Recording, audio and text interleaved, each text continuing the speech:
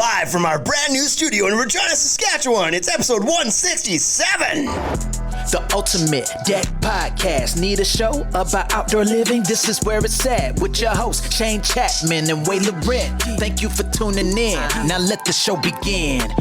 Yeah. The Ultimate Deck Podcast. Let's go. With an intro like that, do you think that there's a chance I get headhunted from, like, hits radio stations? You think a As a radio DJ? station's gonna headhunt you? Like with that kind of This is Shane gumption. live on satellite radio. Right? 106.7. Like, I think so. I think you could. You might be doing this podcast by yourself next week. It's the Ultimate Bryce podcast Right? without Shane. Your name's still not even in the damn intro. You're gonna be the last guy left. You'll be doing it, and the intro's still gonna say it was Shane and Wade, Yeah, exactly. but it's with Bryce. I'm gonna be here, a deck expert all of a sudden. Choose whoever you want to be. Yeah, exactly. So for those who are tuned into the Instagram Live, they're like, whoa, what's going on here? Whoa. But we've done some renos to the space, Yeah, it took a while Quietly. putting up that brick. right? I think we decided that it actually, like, putting up real brick is faster than putting up brick peel and stick wallpaper. I think so. So, but it looks sweet. Like, it gives It us looks great. Gives this whole room a new I vibe. can't believe you told everybody it was fake brick. Yeah, that You just like let everybody in on it the could have secret. played. It could have. Look at that in the camera. It could have played off as real. Yeah, we got a new loft space. Yeah. Well, good. How was your week, Bryce? Before we get into the topic of the day. It was good. Yeah. What'd you get up to? Today's been 7 days since my. Is this appropriate to talk about on air? Well, you didn't get a boob job. I didn't so get a boob job. Instead, I got a vasectomy. Good for you. Yeah, tender. Party time. We'll say it's that. It's tender right now.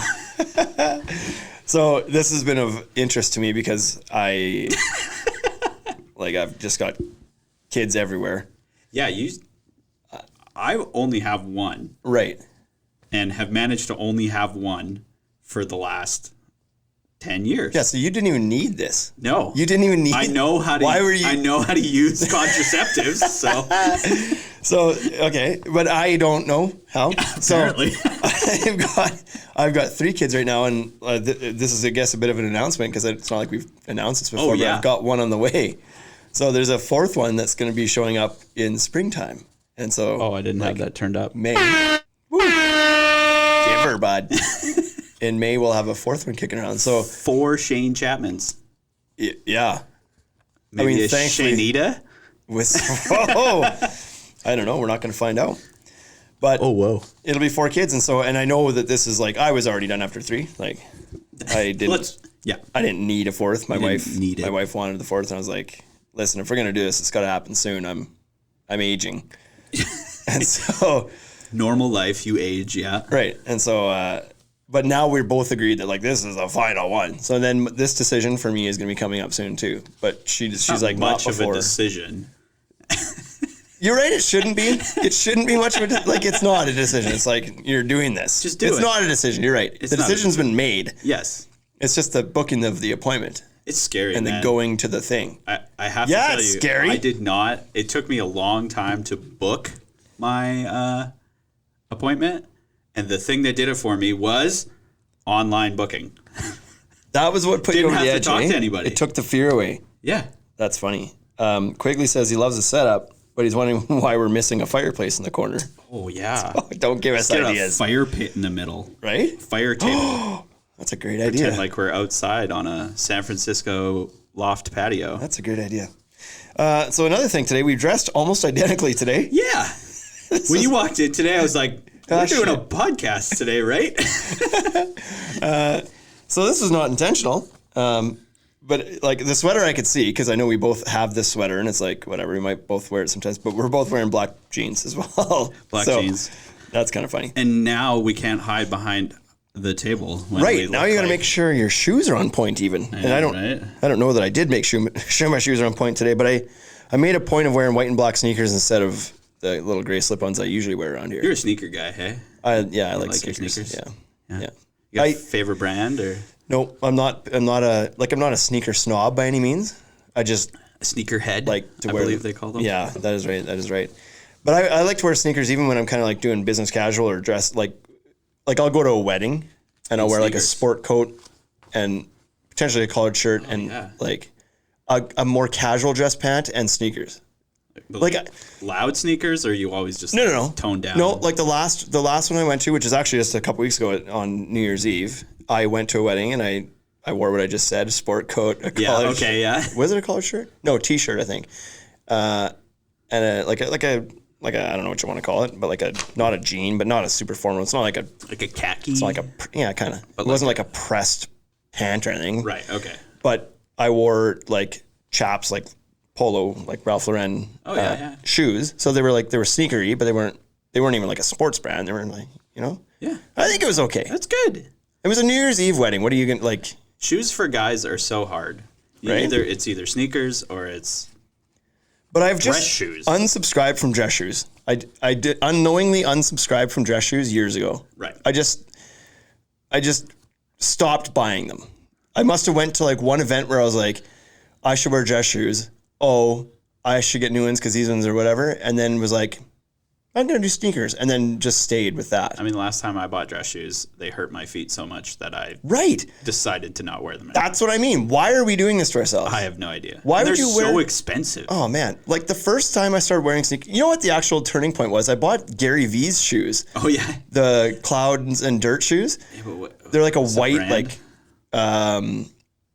K-Swiss. Yeah, K-Swiss. I was like, it's a really well-known brand, but not a big brand.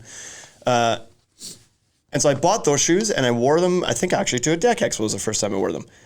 Or to like a public event, and wore the sport coat thing and did that. And those shoes were so comfy. Yep.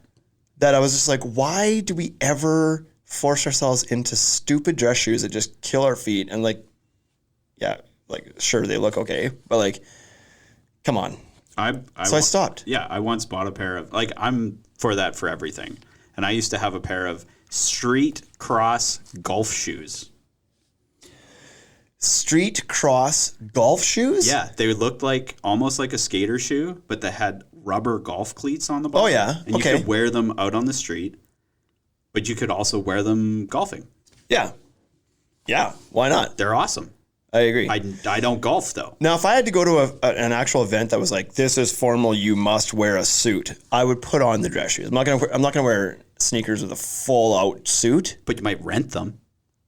Rent the shoes? Yeah. I would never rent a pair of shoes. Never rent. Bowling is the only time I'm renting shoes. It's because they make you have to not rent. You would rent a pair of shoes? They're already broken in. You can rent a pair of shoes? Yes. From where? Like suit places? Yeah, from suit places.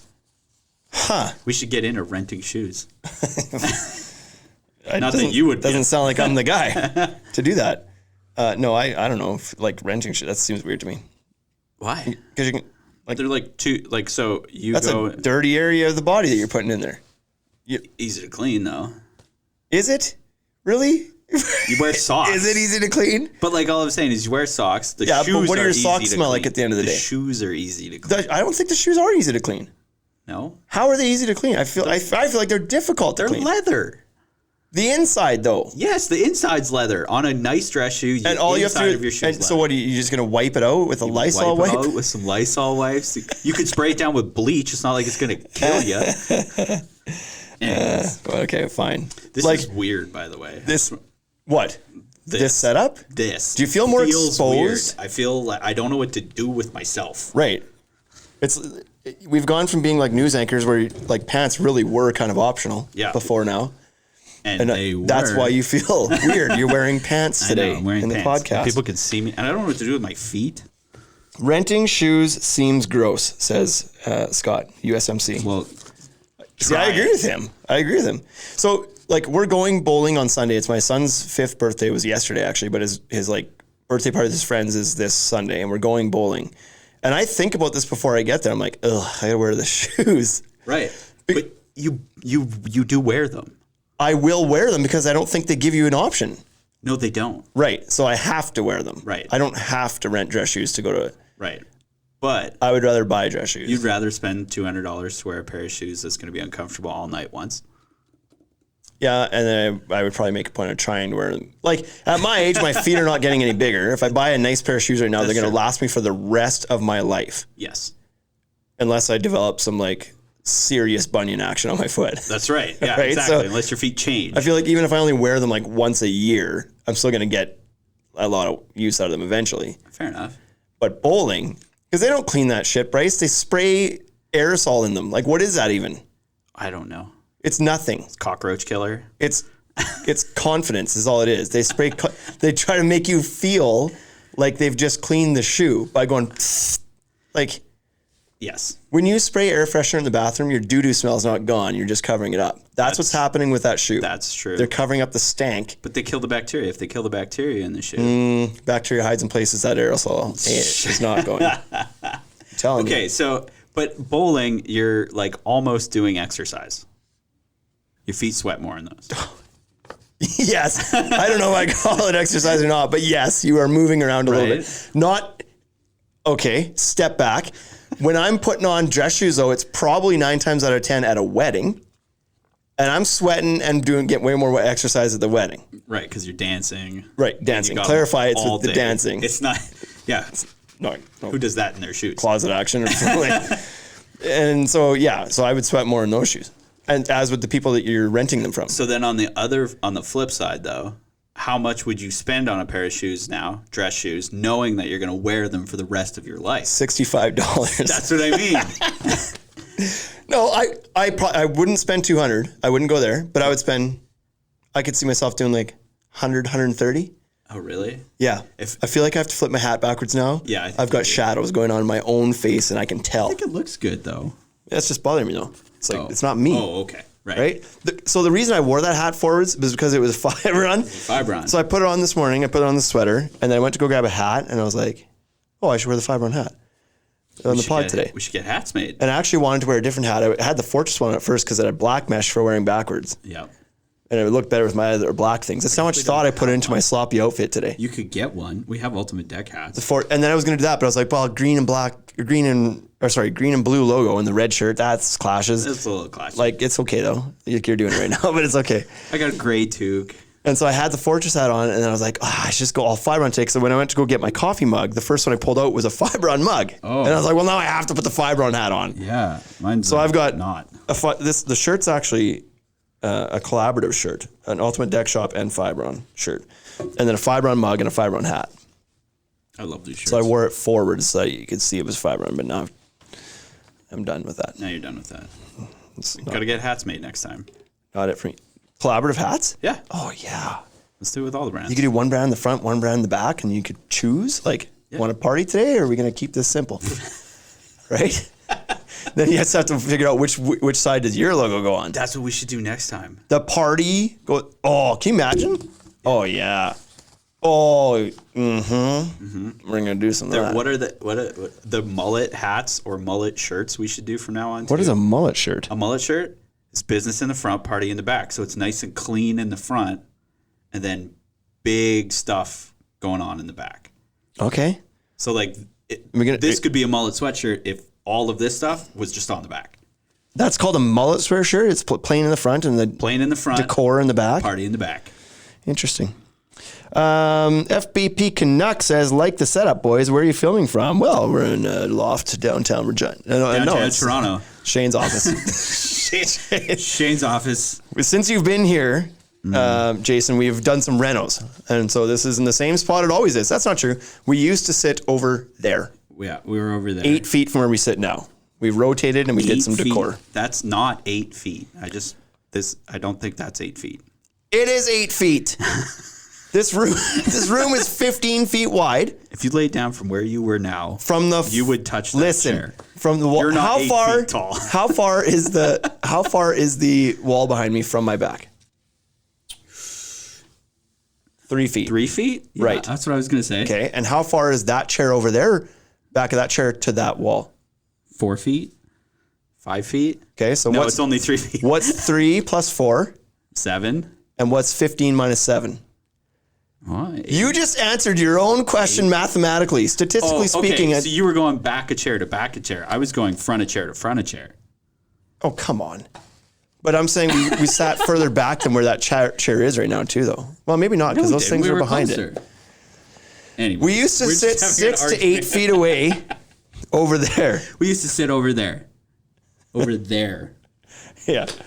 Oh, man. What else we got here before we get going here? Western Lumber. Is this your concept of between two ferns? We should get some ferns in here. I want ferns in it, yeah. That show is fantastic, by the way. Look how slouchy I look now, though. I used to lean into the camera. Now I look nice and slouchy, so nobody can tell that I've got the beer belly going on. I feel like I like these chairs. The first time we sat in them, I was like, I don't know if I like them. And the more we sit in them, the more I like them.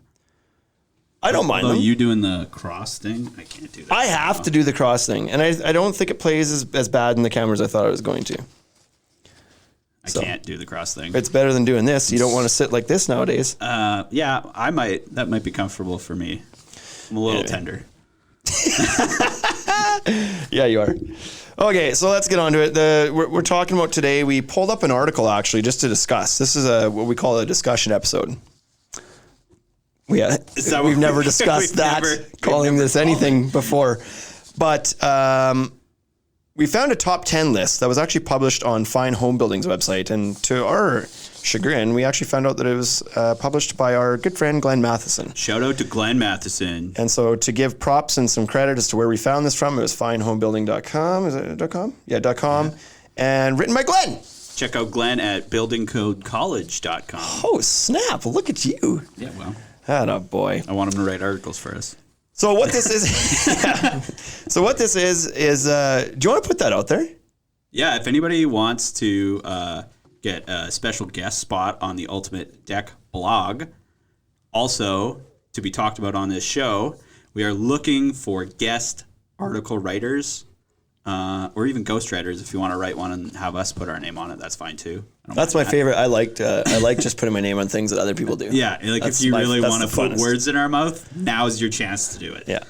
So at tuds.ca, our blog there, we're trying to amp it up a little bit, create more of our own content on there, but also like opening it up a little bit to getting some other perspectives from other people. Yeah. So if you're a deck builder that wants to do some writing and get your name out there, feel free to send us a line. Feel free to practice on us. Practice on us. Because our quality standards are incredibly low. Very low. And practice to get your game up to the point of being published in Deck Specialist magazine. Yeah, exactly. And we will We don't spell check. We don't spell check. We have a very loose approval process here. No publisher, no editor. It's just click, click. So Glenn's article here talked about the top 10 deck building mistakes. And I was intrigued by this because I was like, a lot of guys see mistakes all the time. And I thought it was a good opportunity for us to discuss what, at least from Glenn's perspectives, and he would have a pretty decent perspective of what the top 10 things are that he hears about and how to address them, how to do them properly. You've read through the whole article? Easy. We had this discussion. The other day. When you printed off your blog article you want to post, and you're like, I have printed it off for you because I know that you will not read a digital copy. And I was like, you can end that sentence at read. I will not read. It's so incredible to me because we spend all of our time on our computers. Oh yeah, no, I read words a lot, Bryce. I just don't read books. Like, I'm familiar with the English language. You're familiar with the English language. Like mostly. Yeah. Mostly. And a droplet of French just for Eric. Oh. Don't test me.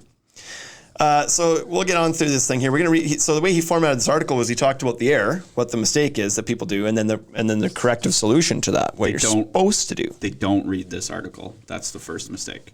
Right, exactly. And we thought we'll read the error and then we'll chat about it. And I was like, we should probably give the solution from the guy who knows the solution rather than us just whipping something up here. So we're gonna read through these and we're gonna discuss them a little bit. So good with you, the audience? Great. Sounds good. Everybody in here. We should get a live studio audience. Attaboy. Can you imagine if we had a live studio audience? Oh man. I feel like we'd have to do that pan thing. Yeah. Did you ever hear about, God, we're tangenting a lot today, but did you ever watch the the Fresh Prince reunion?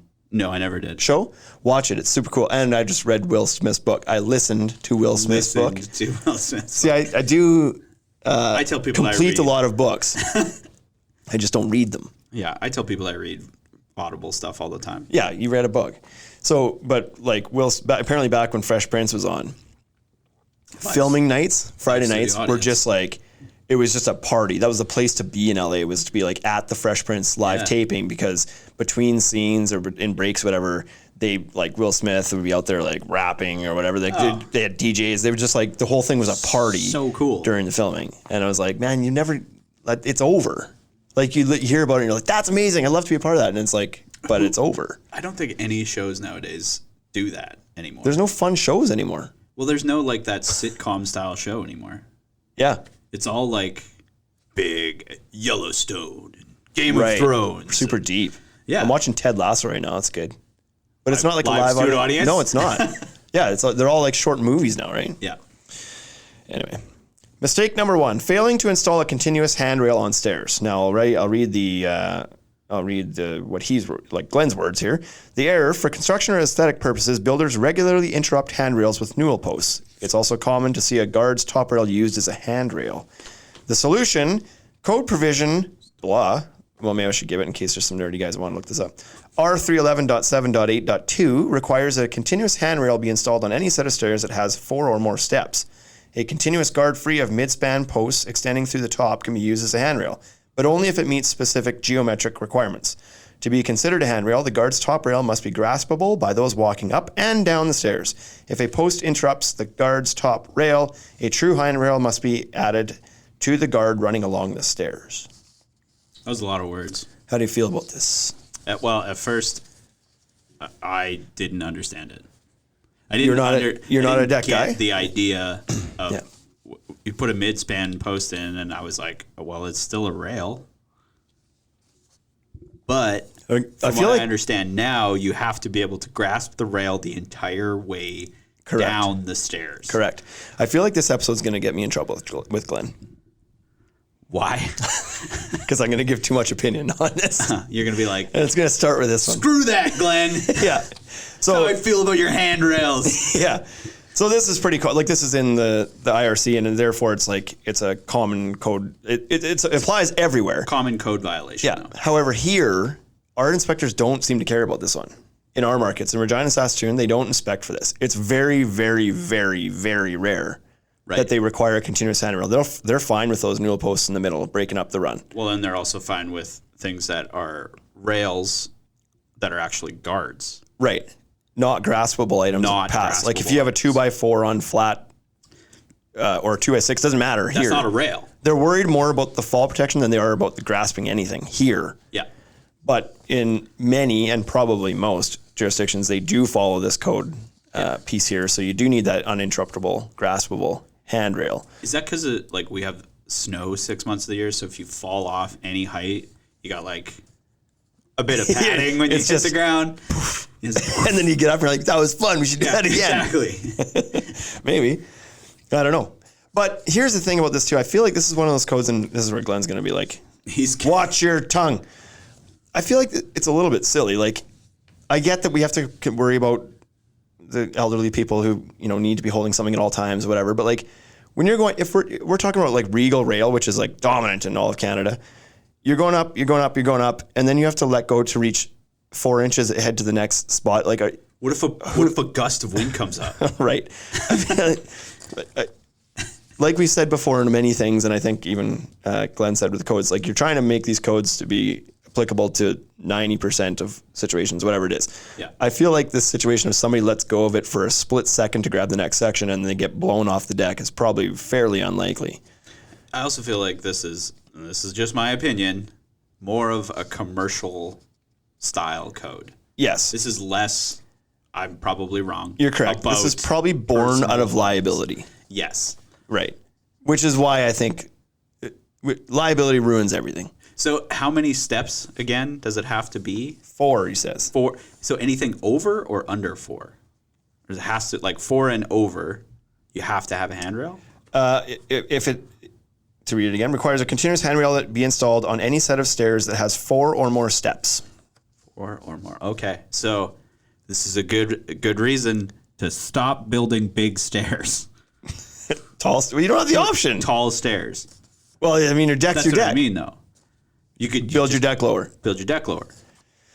Yeah. How do you feel? Yeah. 4 or more is like it's such a small. Regardless, there's no like. I don't know why I have skin in this game. I don't know why I'm even arguing this. It's a fine code requirement. I just think it's like. In fact, it helps us out. Yeah. We would like to sell more railing. True. Some comments here on Instagram. Quickly Decks. The handrail applies depending on the mood of the building inspector. Yeah. And New England Deck Pro says, we need it here if there is intermediate post or drink rail going down the stairs. Yeah. So that post in the middle of the run, you have to have it continuous past that post, which could probably be in the form of like an inline post that goes underneath that doesn't break up the graspable component of the handrail. And if it does, then you require the secondary handrail mounted to the side on the inside of the stairs. Grasp. So whatever, it's a fine code. It's a fine code. Whatever. I'm just saying it doesn't get called very much here. So there's my point. It's not even required here. I've never, ever heard of anybody here falling down the stairs as a result of not having graspable handrails, which nobody has here. I agree. And I'm sure anybody that's ever fallen knows who they're supposed to let know. Me, if that happens. There's no way I'm just not hearing about it. I agree. Anyway. It's not gonna... It doesn't matter. It does matter. Yeah. Mistake number 2, installing hardware incorrectly and using the wrong fasteners. Boy, we've talked about this one quite a bit. Well, this is a big one. The error. Incorrect fasteners in hangers are a notorious mistake. For example, deck screws are not a proper way to attach joist hangers, and using 1.25-inch long 10D nails where 3.5-inch 16D nails are required is a sure sign that manufacturer instructions were not followed. Yes. Fasteners that don't have the correct corrosion resistance rating will fail quickly when installed in treated lumber. Also, using only only half of a 2-part post to beam connector and installing undersized bolts in 6x6 post bases are common installation errors. The solution for hardware to work as the manufacturer claims it will, and the way the inspector expects it to, follow the manufacturer's installation instructions. Proprietary hardware is not specified in the code, therefore it is considered an alternative. Alternatives are approved via testing or engineering, and that information must be provided to the local building official. The only way to ensure hardware will perform as expected is if it is installed as it was tested or designed. Beyond code compliance, valid product warranties depend on proper installation. Whoa. That was a mouthful, hey? Wasn't ready for that. No. Should have finished more coffee on that one. But this is one of the most common things. And this one, I believe, I argued the handrail thing a little bit. I was like, come on, do we really need to worry about the 4-inch break? This one's important. This one's very important. This one, if you don't do the right thing here, it could be very devastating. Yeah. And everything's on your deck. You're not using the right fasteners in your joist hangers. Your whole deck's going to fall apart potentially. Yeah, and it's not, there's no, for all these things, you could probably make a pros and cons column. There's no pro to not using the right fastener. You're not saving money. You're not saving time. You're not saving anything. Because if you, I had a bag of screws in my garage I wanted to use. Yeah, but so you save $17 on your deck. It's not, that's not the reason. Why don't the joist hangers come with the correct fasteners or the right amount of fasteners? Why don't they come bundled? Yeah. Well, I guess they could, Bryce. Because, and then if the people aren't using the correct fasteners, it's really their fault because everything came together. Yeah. I mean, it's probably an unnecessary manufacturing step to package them together. Why? That's true. Because you go in there, you're gonna need 800 of these little screws. Why bundle them together on each hanger 8 at a time or 10 at a time when you just give them a box of 800? Get your shit together. I don't know. It's not an awful idea, but maybe they should label. Terrible. Yeah. Maybe what they should do is label right on the hanger what screw you're supposed to be using, what fastener you're supposed to be using. What screw is supposed to be in there if it's not that screw or fastener. Yeah, I'm sure they do in the box probably. But anyways, for the DIY guy who's going to Home Depot and picking up the LUS 28Z hanger, maybe for his sake they should put a sticker on there that says use SD9112. They'd sell more screws. Whatever, if they did right? That. Advertising 101. Sure, but I mean, there are probably merchandise right beside them too. Let's be honest, this is not the manufacturer. Hold on here. We're going down. This is not the manufacturer's fault. It's dumb consumers. It's people, I shouldn't say dumb. It's people who don't know better. Right. Often. Right. But it's also people that think they know better. There's some of that too. That's unnecessary. Those guys, those are the dumb ones. But some people might legitimately not know. But if you don't, I frame houses all day. Let's roll back again, though. Fine. If you don't legitimately know, you shouldn't be building your own deck in the first place. That's fair. So, Use the right equipment. Well, hell. Okay, and mistake number 3, bolting beams to the side of posts. This is fairly common too. The error is, a tragedy brought us from the aisles of big box stores, directions to the deck. A tragedy brought to us. Oh, you missed that word. That was unimportant. That little 2 in there was very important. Yeah, it really changed the entire context of that sentence. A tragedy brought to us from the aisles of big box stores. Directions to deck builders to bolt deck beams to the sides of support posts. The average backyard deck has relatively few posts. Fewer posts result in greater loads at the beam connections.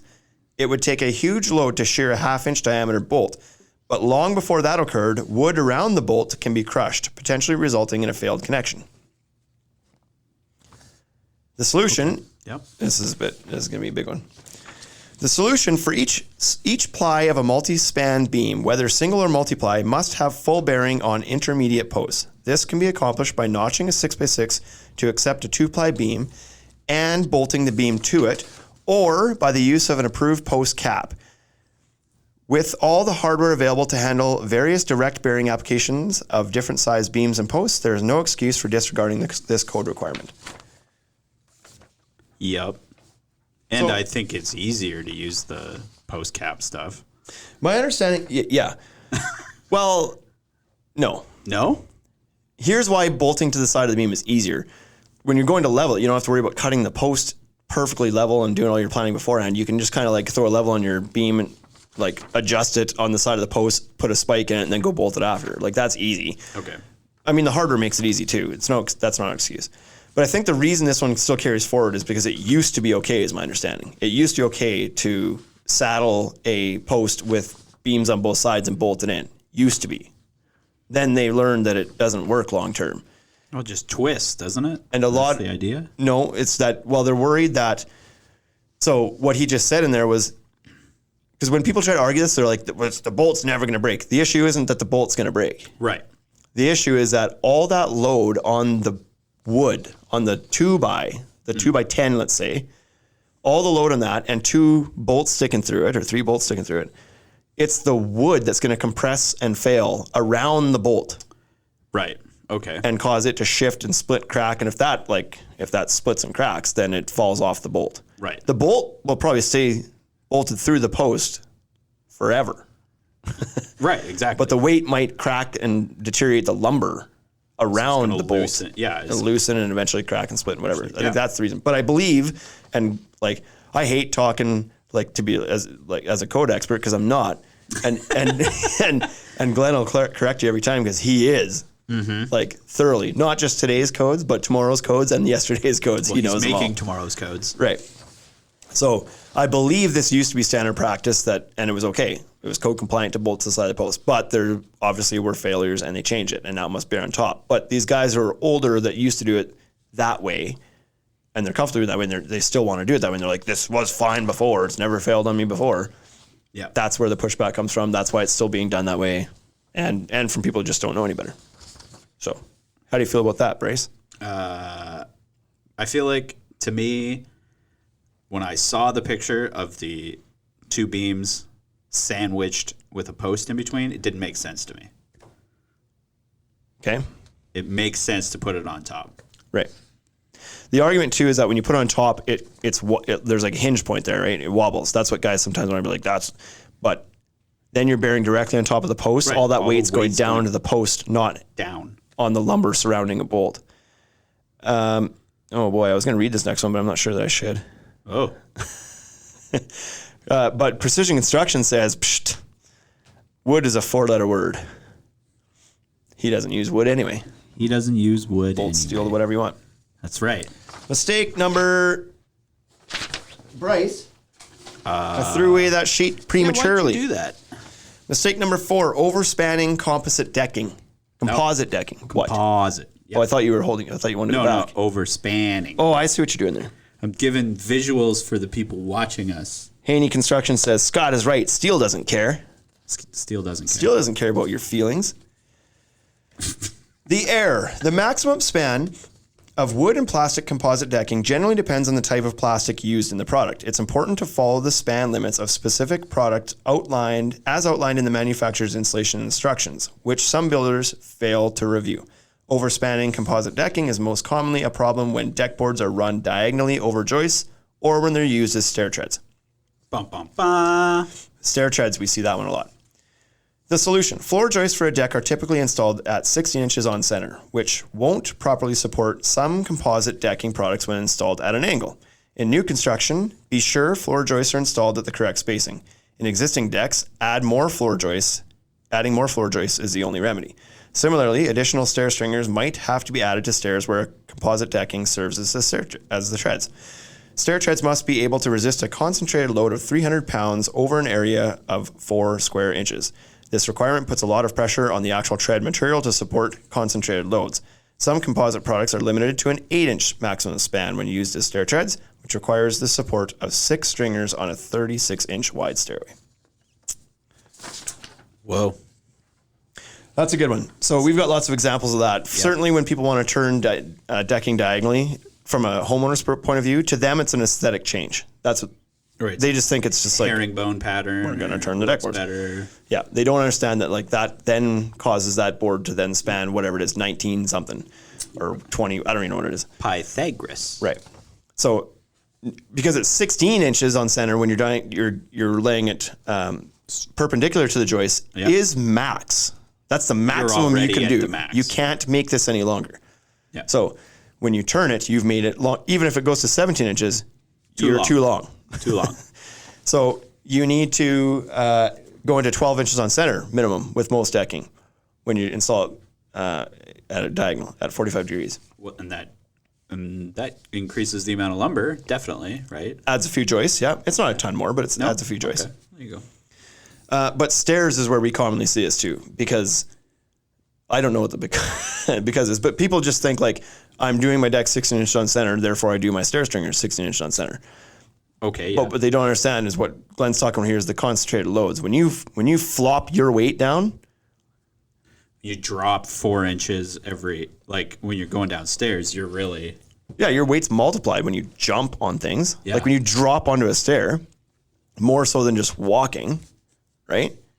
Yep. So you need to tighten that up because the stairs are experiencing a heavier load than you just walking around on your deck. Yeah. When you're dropping on them. I don't know how you go downstairs, but for me, it's just like, I want to go downstairs as heavy as I can. Boom, boom, boom, boom, exactly. Boom, boom, boom. As much weight as I can put down. I want people to know that I'm coming. Yeah, I run down them, and then I run back up, I run back down. Take my time coming up. Oh, do you? That's not true. I do stairs like 2, 3 at a time usually. I'm in such a hurry. Can really bang up the old shin bone sometimes. And that's why you need to have enough load-bearing capacity on that stair, because you're coming down, 2 or 3 feet at a time. Coming down a stair 2, 3 feet at a time? Like you're jumping stairs. So I don't skip stairs on the way down. Oh, you don't skip? No, you hit every on the way down? Are you crazy? I don't have a death wish. That's dangerous, Bryce. You got those long legs. Yeah, I do. Did you ever used to do that when you were a kid? Like try and jump down as many stairs as you could? Oh, yeah. Yeah. And then you try and jump a whole flight and it never works out. That don't work. You don't do that shit. No. Mick Deck says, well, don't you guys look comfy? Yes. I hope so. I feel comfier. I do feel comfortable. TC Decks, whoever folded those shirts and put them on display needs a raise. It wasn't me. So, yeah, isn't that awesome? That's Rebecca. Rebecca was one of our admin/salespeople last year. She's been helping us out a bit in this winter. She used to work at Puma. Right. She was working at Puma in Calgary, and she has worked in like retail clothing stores before, and they have their way of folding things. And the first time she did this, which was last year, she folded the shirts in our old backdrop too. Mm-hmm. And she folded all the shirts to stack up so that they still made the picture on the front. I thought it was absolute sorcery. How? Yeah. How did you do that? Do you think you could do that? Do I think? No. I mean, yes. How with long enough would training. It take you? Yeah, exactly. Figuring it out. Like it looks exhausting to me. Yeah. I would not enjoy it, but it's cool that she can do it. The logo on like what she's done there by building that up with 6 shirts shows the logo better than your shirt right now, which is tucked under your tits. Hey, I didn't get a boob job. I got a vasectomy. So yeah, she did that, and it is on point. I agree. Haney Construction says Santa and Mr. Santa's helper hosting today's podcast. Yeah, well, you wear red shirts, you get the flack. You're having another kid, your beard goes even grayer. This is true. It's getting pretty gray. I need to trim her back. I noticed that this morning. I was like, oh, podcast day, and I've let this run out a little bit here. Now, mistake number 5, building stairs with incorrect riser heights. The error. Often the bottom step of a deck, often the bottom step on a set of deck stairs is roughly 1 inch taller than the rest. Code allows a maximum variation of only 3/8 of an inch between riser heights. This guideline often confuses inexperienced carpenters who insist that they cut every notch in the stringer the same. The solution. Every notch cut into the stringer has an identical riser height except for the bottom one. The steps notched out of the stringer in the middle of the flight have treads placed above and below each step, effectively adding the same tread thickness to each riser height so that they remain consistent. The bottom step doesn't have a tread below it, though, so you must subtract the thickness of the tread from the height of the bottom riser, which is the bottom of the stringer. Oh. Make sense? I get it. Yeah. It's these guys thinking that where they put the tread is the measurement that they're worried about, right? Like the cut, the bottom of the cut, the bottom of the tread is the right distance at the bottom stair, right? I don't know, you're confusing me now too. Yeah, well. It's just when, like, if they're trying to cut their own stair stringers, they're like, okay, 7.5, 7.5, 7.5, 7.5, 7.5. They're all the same. Let's go. Right. But then you add an inch on top of every tread. Like when you put your decking on, you add an inch. Yeah. And then when you put the decking on the store below, the one below, you technically subtract an inch from that last rise too. Right. So you add and subtract, stays at 7.5. Add and subtract, stays at 7.5. Add and subtract, stays at 7.5. Bottom one, add, don't subtract, goes to 8.5. That's why you got to cut that extra inch off the bottom. Right. You got to subtract it there because you're not fancy landscaping or something. Right. Sure. You might be. Yeah. So there's where you don't have to. If you're not, like, if you're cutting stringers and you're going from like a top tier of a deck to a bottom tier of a deck, and you're landing the stair stringers on the framing, and you're going to be decking up to it again. Yeah. Then you don't do that. Then you're fine. Then, yeah. Okay. I got it. That's simple. Cut your stair stringers right. Here's the more, like, that one's somewhat common, but I think more commonly where I see incorrect stair riser heights is when people use prefab stringers, steel stringers, aluminum stringers, or pre-manufactured wood stringers, because those are all cut typically at 7.5 already. But your deck height might not require a 7.5 inch rise. Right. Your deck height might be, it's supposed to be 7 or 6 3/4.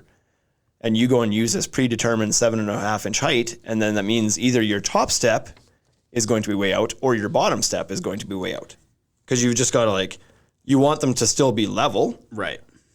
And so you just so all of a sudden it's like 7.5, 7.5, 7.5, 4 at the top. Right. Or 7.5 down, 7.5 down, 7.5 down, 9 at the bottom. Right. Big drop off. Because you were more than, your rise should have been 7 3/4, but this was made for 7.5. Or to level them out, they stick a bunch of shit under. Yeah, exactly. Oh, look, we found some scrap lumber to throw underneath. That's what my dad always did. Yeah, exactly. You see that quite a bit. So it's that's where I see it quite a bit. What do we got here? Macon Decks. He likes to jump 5 steps at a time. Oh, there you go. So that means your weight is 5 times. 5 times. Is that how that works? Yep. It gets multiplied with every step you go. That's the math. Ask Glenn. I gotta lose some weight then. Yep. You jump 3 steps, you're a 600-pound man. Yeah, exactly. Exactly. Better than the way I tried to get 600 pounds last night by eating 30 pieces of sushi. Yeah. How was that? It's delicious. It was delicious. You a wasabi guy? No, I'm not a wasabi guy. I don't mind a little tiny bit, but no. I like so much that it clears your sinuses. You enjoy it? I love it. I love that feeling. You have that with every bite? Yeah. Every sushi you put a little bit of wasabi on there. Yeah. That's how you're supposed to do it. Yeah, I know. You're not supposed to mix it in to the soy sauce. Oh, I would never do that. You're supposed to soy sauce. I've seen people do that wasabi. Though. Yeah. So this is how you know Pronto's not a real sushi place. There was no wasabi with it. What? Yeah, there wasn't any, which worked out really well because we have little kids, and if the wasabi even touches a piece and they eat it, they're like, oh, it's hot. Yeah.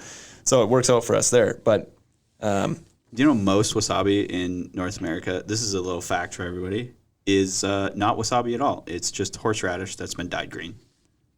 Yeah, I believe that. I don't like horseradish. You don't like horseradish? No. What do you put horseradish on? Well, I used to put it on roast beef. Gravy. You put it on gravy? No. I put gravy on the roast beef. I put both on. I would do ketchup on roast beef before I would do horseradish. Yeah. Shut up. You bet I would. That's terrible. Horseradish. What is wrong with you? Ketchup on your roast beef? Yeah, why not? I'm just saying it's not my first choice, but it's above horseradish. No. Horseradish doesn't taste good, Bryce. Yes, it does. No. What is it? It's a radish. Do you like radishes? I don't mind them. It doesn't mean I want to eat them on everything. A horseradish is disgusting. It ruins the taste of what you put it on. Thing. It intensifies the flavor. No, it does not. Yes, it does. No. That's fine. We have our disagreements generally, and this is one of them. You think that it's like some sort of shock and awe treatment that if you like shock your senses alive by putting some shit taste in your mouth that you then taste the beef better? When you put horseradish in your mouth, what happens? Your nose gets all like intensified and it's hot and you're like, yeah, it sounds amazing. Yeah, and it like opens everything up. Scott says, USMC says horseradish is an abomination. Shut up. I'm not alone on this. You weirdo. Horseradish is so good. Horseradish and mayo, awesome on sandwiches. Would you stop it? Oh man, I'm gonna have to find a new job. Hold the hell on here. You're a vegetarian. Yeah. You're not eating beef. This is bullshit. You've made this entire argument up. You don't even know. I have not been a vegetarian my whole life. I still eat horseradish. Not on beef, you don't. Not on beef, you don't. No. Because you only eat wild meat, right. And nobody's shooting wild cows. So the last time I ate horseradish, moose. So suck it. You're right. Oh, man. Horseradish is a vegetable. Yeah, I guess technically it is. It's an awful one, but it is. Mistake number 6. Putting horseradish on your roast beef, apparently. Mistake number 1 is putting horseradish on anything. Mistake number 6. There's a thing there you might want to read and see if it's from Haney. I never know whether we should read his or not. It says your weight. I'm just going to read it. Oh, no. Your weight only varies according to mass and gravity. If y'all need he wrote out y'all. If y'all need a lesson on impulse or physics in general, give me a shout. It's one of the primary courses I taught back in the day. That was like the cleanest, most gratuitous post he's ever made on there. And horseradish is not an abomination. It absolutely is. No, yeah. You put ketchup on your roast beef. I like gravy on my roast beef first and foremost is what I said. But I said I would take ketchup 10 times out of 10 times before I took horseradish on my roast beef. Instagram community, right now, ketchup, if gravy's not an option, there's only 2 options. You got roast beef, and you got horseradish and ketchup sitting there. And you have to use one. Which one are you using? Would you put mustard on your roast beef? I would do mustard before I would do horseradish. Would you do mustard before ketchup? No. No, I wouldn't. Okay, well, there you go. No, I wouldn't. There you go. Get lost. That's terrible. I had a cousin who used to put this is a tangent. I had a cousin who used to put ketchup in his chicken noodle soup. Yeah, I wouldn't do that. Yeah. And neither would you put ketchup on your roast beef. Yeah, no, I would. I would. Mistake 6, ignoring clearances and inhibiting access. The error is, although well constructed, some decks are still code violations simply in how they interact with the house. For example, some stairs on multi-level decks end up near windows that the builder has not replaced with tempered glass units. Other decks are built too close to the house's main electrical service panel or the service conductors overhead, which need to be at least 10 feet above the deck or 3 feet to the side of a deck according to code. The solution: no matter what features exist on the exterior of a home, windows, air conditioning, compressors, low-hanging soffits, exterior lights, outdoor receptacles, outlets, dryer vents, identify the required clearances before starting a deck design. While some features will influence the shape and location of the deck, other features may require that only appropriate access be integrated into the design of the deck. Oh my God, I feel like I'm just Sorry, I wasn't listening at all. Good. Midcon Deck says horseradish. No. USMC says cheese or gravy only. Quigley says cheese. Yeah. Like what? Like cheese sauce? He's from Texas. On your roast beef? They do biscuits and gravy, and they call it gravy, but it's just flour and milk.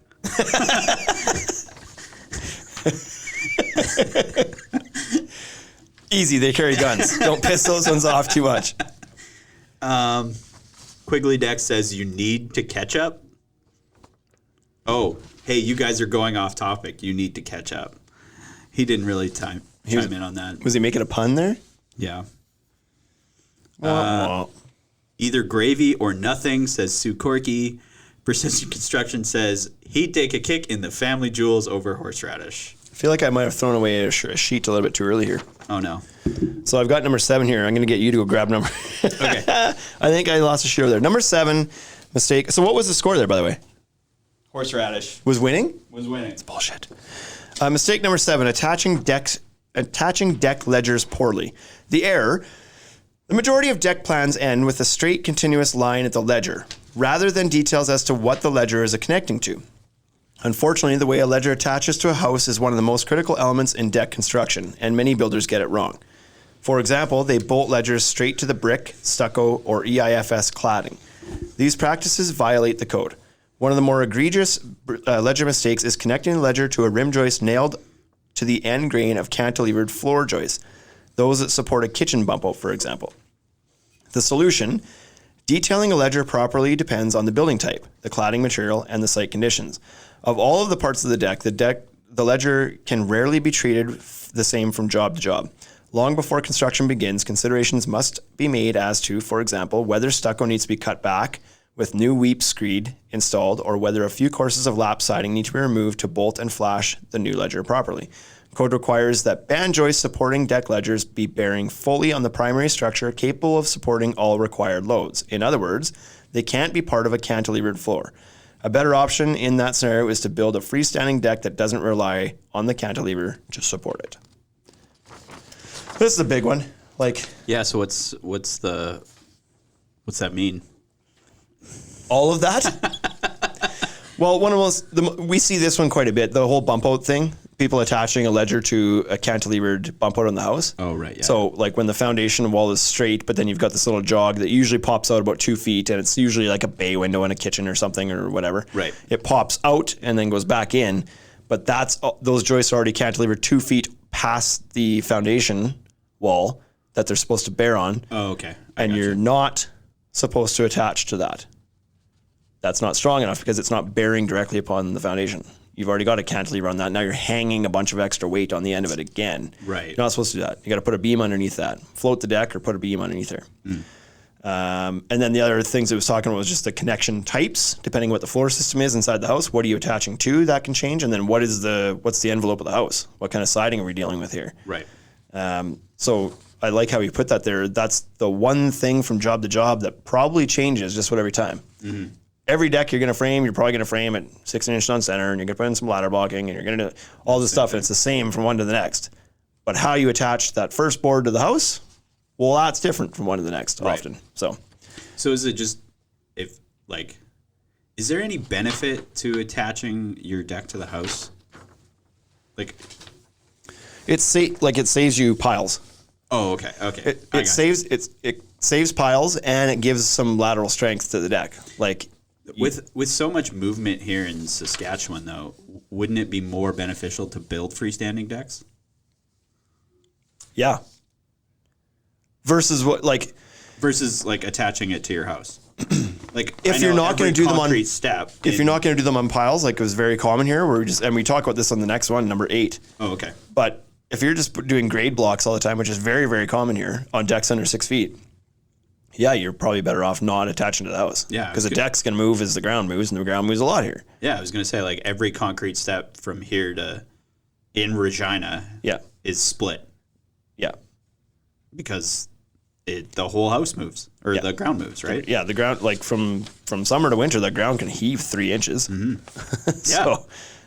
And not even that. from dry summer to wet summer in Regina anyway, not in Saskatoon and other areas of Saskatchewan. The soil's more stable, but with the clay we have here, it's it absorbs so much moisture. It's so expansive that it gets wet. And like there was a, well, we often have dry summers, but I remember one summer where it was so dry, the ground was shrinking so much, it was pulling cable lines, like power lines out of people's power meters, starting fires. Happened in my house.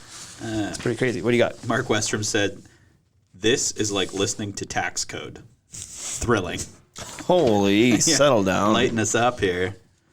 But he does like horseradish. What a goon. What a goon. Mistake number 8, setting piers in disturbed soil. The error, when it comes to digging footings for deck piers, some builders are lazy. To avoid deck ledger failures, freestanding decks are becoming popular. There's your point right there. There you go. But the piers nearest the foundation may be set upon backfill. In areas where the frost depth is not an issue, and precast foundation blocks are used, they're often set up on top of exposed grade, a code violation. So that's, that problem, that 3-foot perimeter of your house where your foundation was dug out, poured, and then backfilled, that ground around there is very unstable. Right. And not just a couple inches, like 6 feet, 8 feet deep. A lot, yeah. A lot of deepness is disturbed and it'll settle forever, like for a lot of time before it's stable again. So you're just... So that's the problem with freestanding decks then? Well, that could be if you're not going to put the piles in the ground, yeah. Yeah. So here, like we use screw piles here more often than not, 10 foot deep. Right, so that's going deeper than the disturbed soil on an excavation for a basement, which is usually like 5 feet, 6 feet depth. So the piles will go through all that disturbed soil, hit undisturbed soils, and still be good there. Yeah. But if you do it with he talked about the blocks on grade. He said his exact wording was something to if you're in an area that doesn't have frost. Where these blocks are acceptable. Frost Here's line. the thing. We've got plenty of frost, and these are still acceptable here. Yeah. According to our building departments, as long as your deck's under. Depends where you are. In Regina, under 6 feet. In Moose Jaw, 45 minutes down the road, under 2 feet. Mm-hmm. So that's where codes can change. It's all the old people there. What's that? It's all the old people that live in Moose Jaw.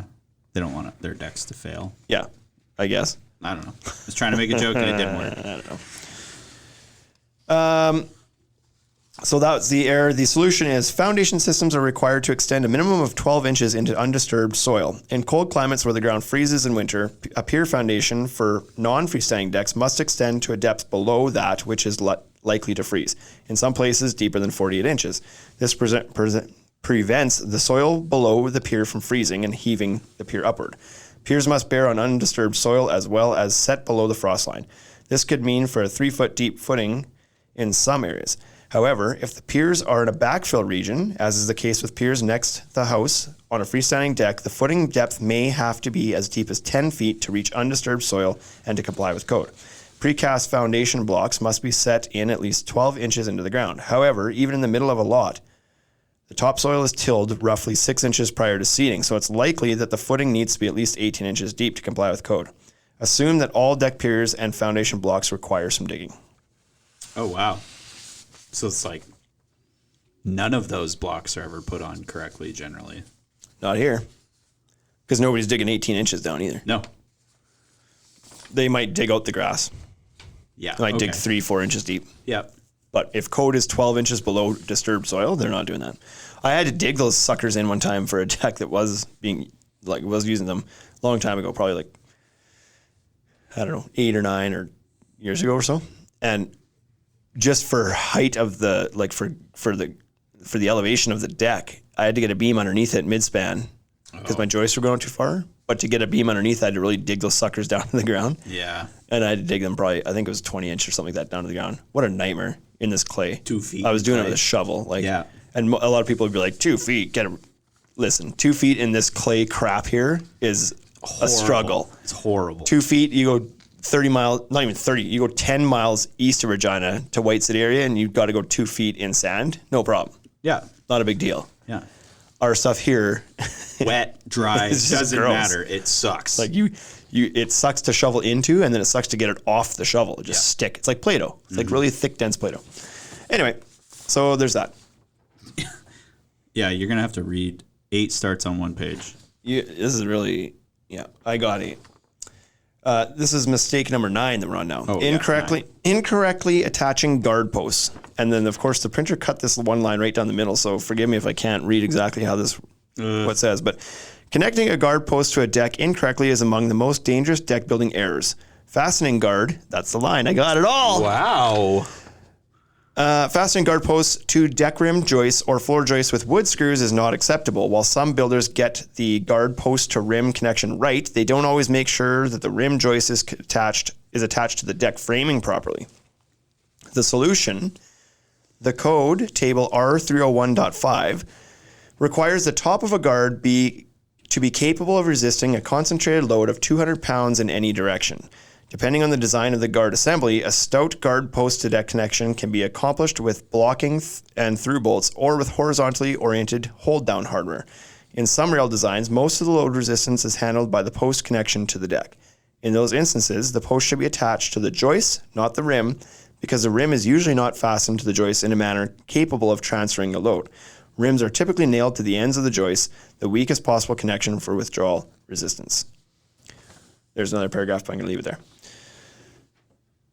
So I've not thought, it's a good point. They are usually just nailed onto the end. And so maybe you do bolt your wood post to the rim joist correctly, like with nice strong bolts and whatever else, and you think it's all good. But the leverage of that post up here, you start pushing that, and all of a sudden the rim itself pulls away from the ends of the joist. And then because your nails are going into the end grain, which isn't holding very well in the first place. Mm-hmm.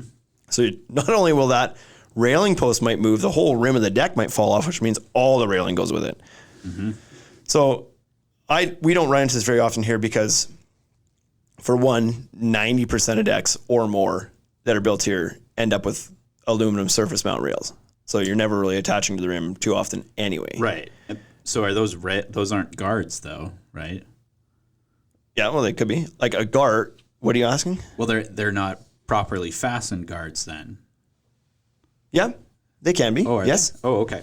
Yeah, I mean, so this is a scenario here where you refer to the engineered manufacturer's instructions. Right. Those railing systems are engineered to withstand that 200-pound load requirement in any direction, but you do have to follow and make sure that you're blocking it correctly. That's where people fail with those systems. Because how many times we have really, this place sounds awful. When you describe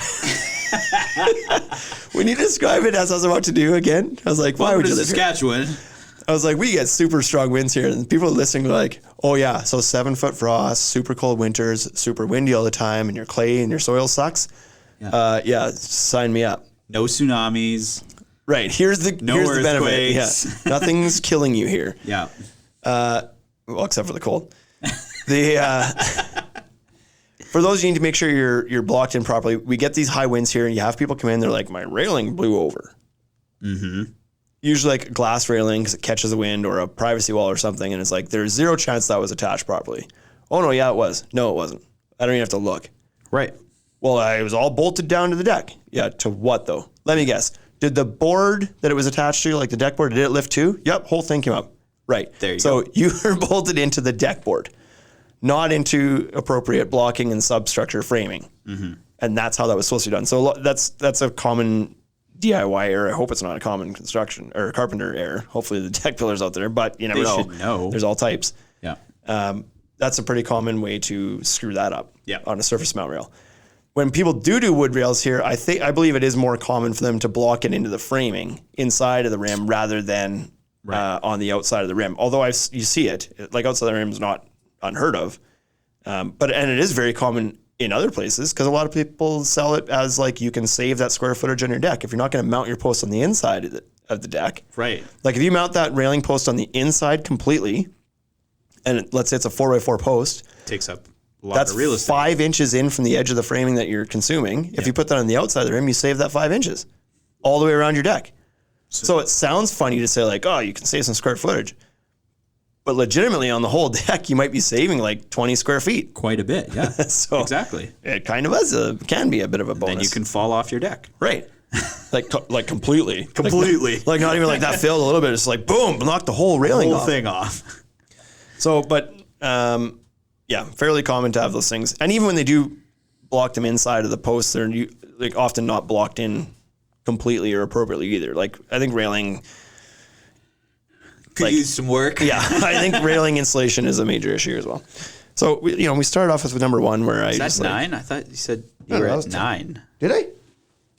No, I didn't. I don't want to we're at an hour and 4 minutes on this lovely discussion. You're right. There's number 10. I thought we were getting out of here. Mistake number 10, making beam splices in the wrong places. The error: when a long built-up beam spans multiple posts, many builders run one 2x long so it extends beyond the supporting post. They apparently believe this practice is good because splices of opposing beam piles are separated rather than being only inches apart on the top of a post. Unfortunately, in these cases, an engineer's evaluation or a rebuild of the beam is required. The solution: beams are under 2 stresses, bending and shear. Shear forces act perpendicular to the length of the beam and are the greatest near the bearing ends. Bending changes the beam's shape, a force called deflection, and is greatest in the center of the beam span. The code lists maximum allowable limits for deflection. In deck beams, the deflection limit is typically reached long before shear limits are a consideration. Any reduction in bending resistance also increases deflection potential, which could lead to a code non-compliance. Beam splices that miss the bearing point by a small amount don't greatly affect bending or deflection, and the shear strength of only one fewer ply is likely still sufficient. In these cases, the cost of an engineer's review might just get you the okay to build, but don't put splices in the center of a span. Build the beams so that splices land on top of supporting posts. I gotta be honest, even I checked out in the middle reading that one. I was just saying words. Yeah, you were just saying things. See you next week. Yeah. What did that mean? If you remember. Well, like, so let's say you have an example? Well, let's say you have a 24-foot wide deck. Okay. And so your local lumberyard doesn't have 24-foot wide lumber. So you go and you buy, what you should do, and let's say you have 3 posts, one on each end, one in the middle. What you should do, according to this, is buy 12-foot lumber and splice it over the post in the middle. Oh, okay. Yeah. So your splices are in bearing on top. What some people might maybe do is buy 18-foot lumber maybe and splice at 18 and then 6 and then come back the other way and go 18 and then 6 down here. And then their splices are in the middle between 2 posts. And so that's a no-no. Right. Because there's no weight, like the weight's bearing down on that splice, not with no support. Right. So you're in the middle. The one ply is in the middle of its deflection, its strongest deflection in the middle of it. Right. And then the other ply is spliced in between where the shear is greater. So you've got that bend happening and then the shear is like losing to the deflection. Don't do that. Just don't do it. Just don't do it, son. Just don't, or get steel. Or, yeah, the steel guys are listening to me like, yep, no problem. Yeah, no problem. Whose problems are these? Yeah. Oh, yeah, I forgot to read a few of them. So that's 10 of the most common deck building mistakes from the guy in the industry who would know who sees a lot of mistakes. A lot. So thanks, Glenn, for putting your thoughts together and publishing them in Fine Home Building and allowing us to, not that we asked. We did but we saw the article and thought we'd discuss it. So I'm going to go back here a bit. So how far back to like go? Yeah, back to Moose Jaw is a place, by the way. Yeah, back to the beef conversation here. You're going to go back to the beef conversation? Sue Corkery said, you're both wrong, either gravy or nothing. And that is my answer. Like I said, gravy's the gravy. Like, why would you even make roast beef and not make gravy? That's true. When I used to eat roast beef years ago, I liked Yorkshire pudding with my roast beef. And so gravy is essential. I don't know if I've ever even had it. You never had a Yorkshire pudding? No. Oh, my God. Precision Construction says, I'd take a kick in the family jewels over horseradish. I read that one. Ketchup is allowed for a child, but horseradish is only approved for tear gas. USMC. Nobody roast beef likes and horseradish? Cheese all day. Mark Westrom says Saskatoon horseradish. Yeah. God.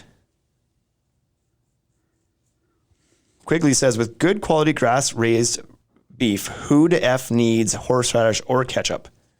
I'll accept his answer too, before I accept horseradish. Moose Jaw is a real place. Moose Jaw is a real place. USMC.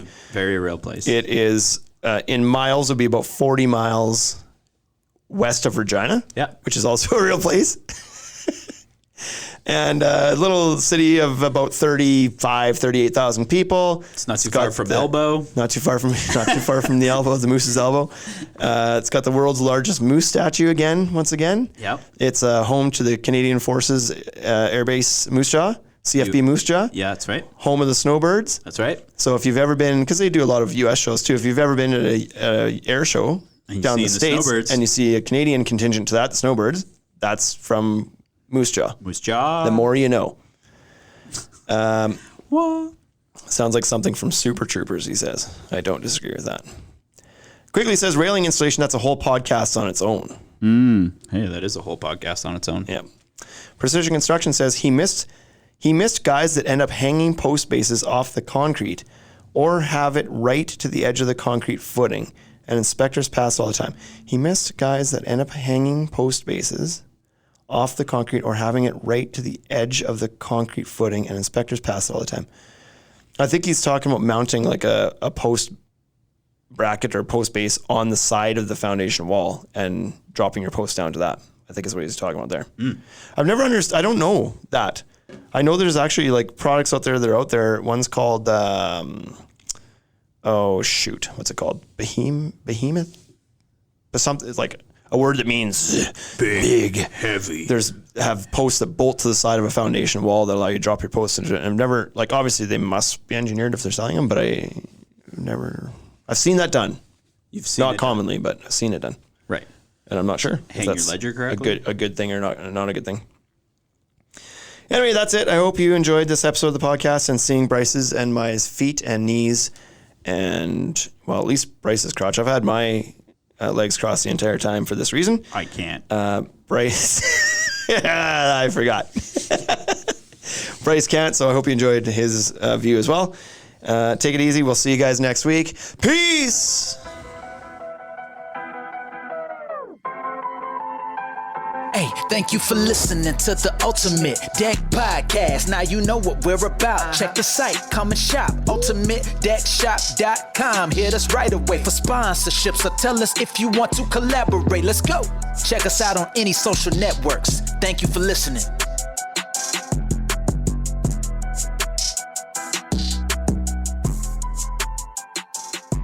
Nobody fell off a dog and died.